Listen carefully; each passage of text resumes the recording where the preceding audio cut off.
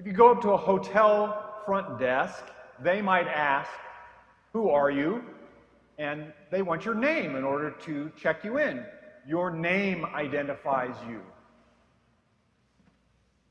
But let's say you're in this hotel lobby and you see some people you know, and maybe some people you don't know, and you go up to somebody that you haven't met before, and they say, "Who are you?"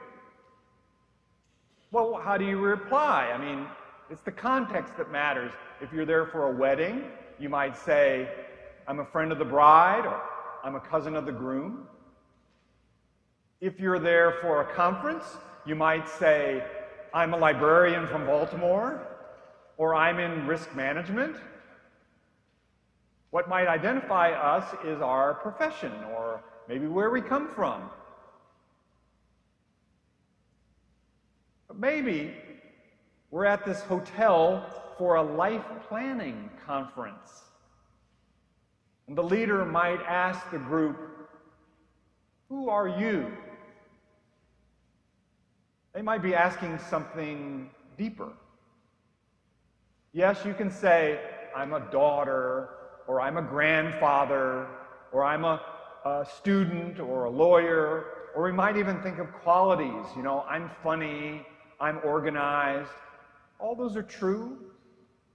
Those are aspects of ourselves. Each one of us are multi-layered and complicated people.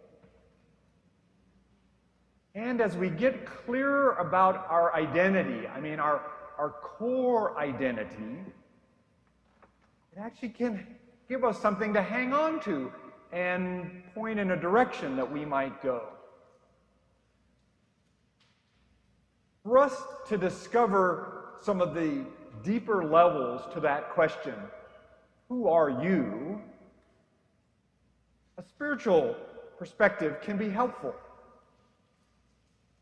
Why am I here on this planet? What does my Creator want me to do? What does my God think of me? Who am I? In today's gospel, Jesus focuses on identity. And at least in the beginning of this reading, he's talking about his own identity. And he turns the question on himself. Who do people say that I am? There's a lot of rumors and buzz going around in the crowd. Well, Jesus, some say, you're a prophet. Some say you're John the Baptist or Elijah come back. People have lots of different takes on him. He seems important, but he's kind of hard to figure out. Who is this guy? So Jesus turns to his disciples, those closest to him, and he says, "Who do you say that I am?" Peter takes a risk and says, "You're the Messiah, the Christ." It's really interesting that when Peter claims, "Jesus, you're the Messiah," Jesus right away doesn't say, "Oh, yes, I am." And he doesn't right away say, "No, I'm not." Seems his identity is a little complicated, like most people.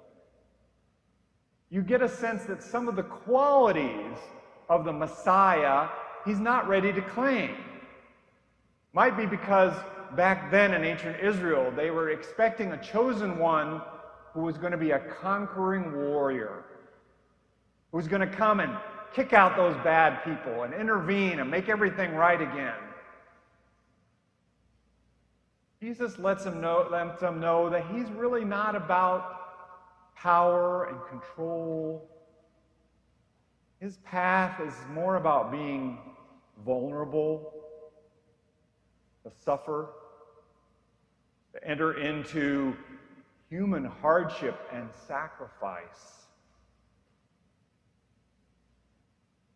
Then Jesus shifts the conversation away from himself to the people gathered, to the crowd, and he says to them, "If any want to become my followers," there's an identity statement, being a follower of Jesus.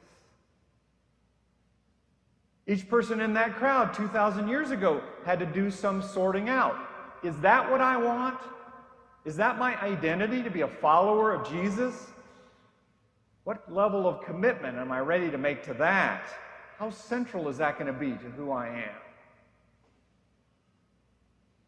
And so, to everyone here in this room today and those watching online, we might ask the question, how much does being a follower of Jesus really fit my identity? Jesus doesn't seem to make it very easy, though. He says, if, and it is an invitation, he says, if you want to become my follower, there are going to be demands and self-sacrifice and self-denial.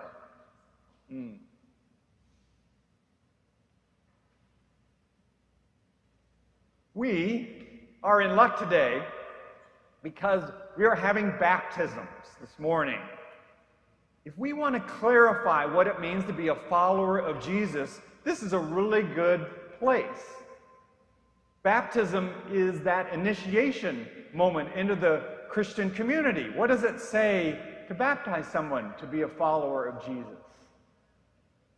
Well, in the Christian life, we're asked to believe a lot of things and do a lot of things. Love our neighbor, seek justice and peace, engage with the creeds and traditions. There is a lot that goes into the Christian identity. But it might be helpful to go back to the actual baptism of Jesus himself. What happened then?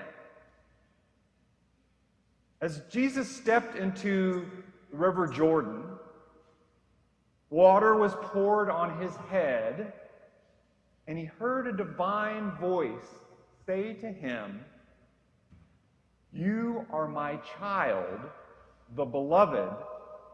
My favor rests on you. You are my beloved." These are the words of identity made known to Jesus in his baptism. You get a sense that as Jesus knew he was the beloved of God, to know that he was really loved by his Creator, that's what gave him the strength and the freedom to carry out the hard tasks in front of him, to actually be the Messiah. You are a beloved child of God. Could that be true for each of us? The writer Henry Nouwen says, not only could it be true, this is the most intimate truth about being a human being. Do I, Mark Stanley, fully claim the identity that I am a beloved child of God? Frankly, I often find it hard to believe, hard to even grasp. But I like it. I can see how when the world shouts, "Prove yourself," when I feel like a nobody, when I'm feeling a little lost or hopeless, that spiritual message, you are not only created by God, you are adored by God, loved by God, just who you are. What a difference that can make. In our church, we baptize babies and toddlers, as we do today to Frederick and Eleanor and Madeline and Nathan. These children can't proclaim adult faith. They can't fully live out Christian acts of sacrifice just yet. But baptism is about grace. It's not whether we believe all the right things or how many good deeds we've done. Baptism is about God's loving claim on us first. That we are marked as Christ's own forever. That we are fully members of God's church.